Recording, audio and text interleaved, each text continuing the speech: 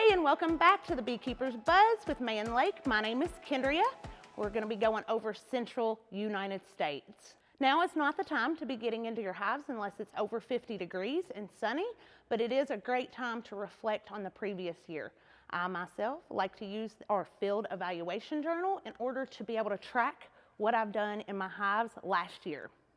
You're going to want to go ahead and start preparing for next year. So building those boxes and assembling those frames for next year's swarms is a great way to prepare.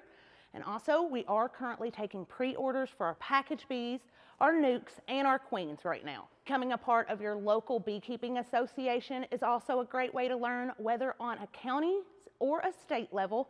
I myself am part of our Grayson County and our Kentucky Beekeepers Association.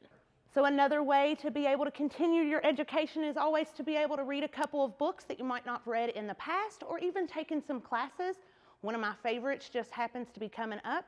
It happens to be the North American Honeybee Expo. It's going to be taking place in Louisville, Kentucky, and we're actually going to have a booth there. So we're definitely looking forward to seeing you, so be sure to stop by and check us out.